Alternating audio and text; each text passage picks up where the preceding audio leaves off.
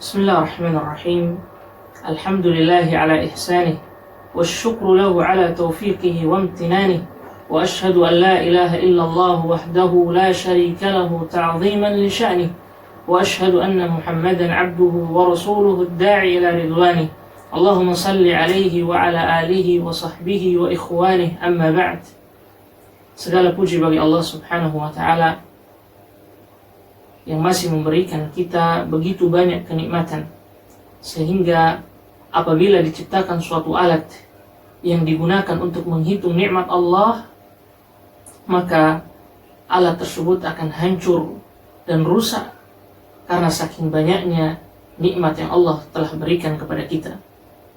Allah Subhanahu wa Ta'ala berfirman, "Wa in ta'uddu ni'matallah la tuhsuha."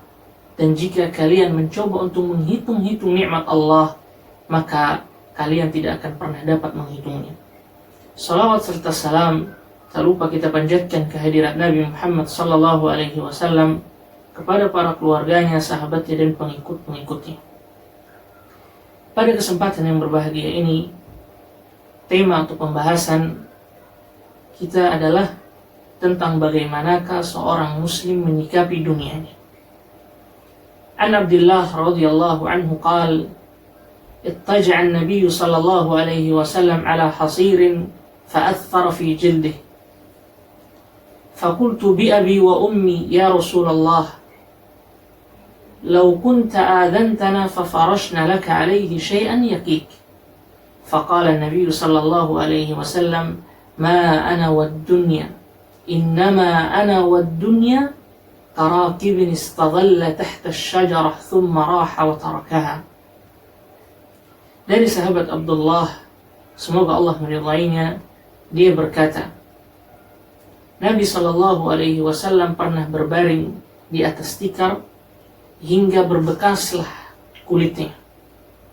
Lalu aku berkata, wahai Rasulullah, apabila Anda mengizinkan kami, maka kami akan menghamparkan sesuatu agar dijadikan alas untukmu. Namun Nabi sallallahu alaihi wasallam mengatakan, apa urusanku dengan dunia? Sesungguhnya diriku dengan dunia seperti seorang yang melakukan perjalanan, kemudian dia berteduh, bernaung di bawah pohon, lalu dia pergi meninggalkan pohon tersebut. Hadis dengan redaksi seperti ini diriwayatkan juga oleh Imam Ahmad dan Tirmidzi. Dari hadis ini kita belajar tentang suatu hal yang sangat penting. Apa itu? Yaitu bagaimana seorang muslim menyikapi dunianya. Tidak mengapa seorang muslim mengambil bagian dari dunia, karena Allah Subhanahu wa Ta'ala menciptakan apa yang ada di dunia ini untuk dimanfaatkan oleh manusia. Sebagaimana firman Allah Subhanahu wa Ta'ala dalam surat Al-Maidah ayat 88, Allah mengatakan, wa kulu mimma razaqakumullahu halalan tayyiban. Wa kulu mimma razaqakumullahu halalan tayyiban. Dan makanlah dengan makanan yang halal lagi baik dari apa yang Allah Subhanahu wa Ta'ala karuniakan kepadamu.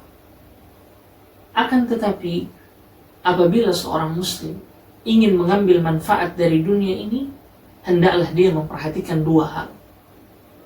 Yang pertama, cara dia mendapatkan hal tersebut harus sesuai dengan apa yang telah ditentukan oleh Allah Subhanahu wa Ta'ala dalam syariatnya.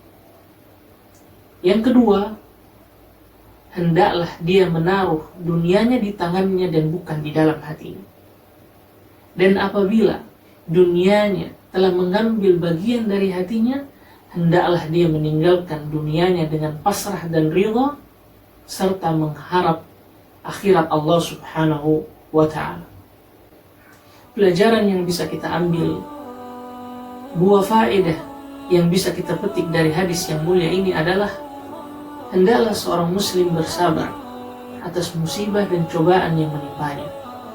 Karena Nabi sallallahu alaihi wasallam telah mempermisalkan dirinya yang mulia dengan seorang musafir yang melakukan perjalanan dengan hewan tunggangannya, tatkala dia mulai merasa capek dan lelah, dia pun turun dari hewan tunggangannya dan beristirahat sejenak di bawah naungan pohon, lalu mempersiapkan dirinya kembali untuk melakukan perjalanan sampai ke tujuannya.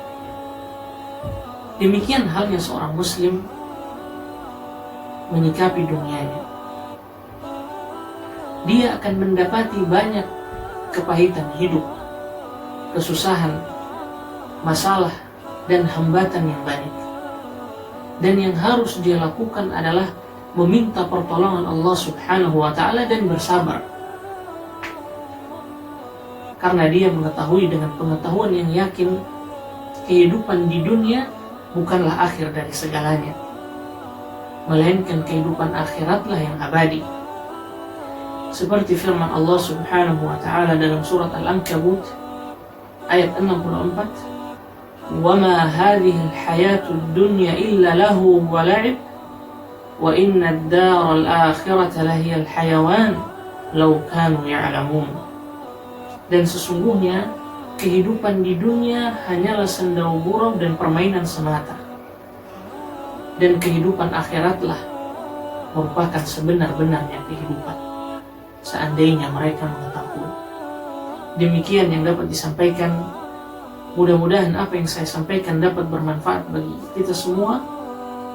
Wassallallahu ala nabiyyina Muhammad. Wassalamualaikum warahmatullahi wabarakatuh.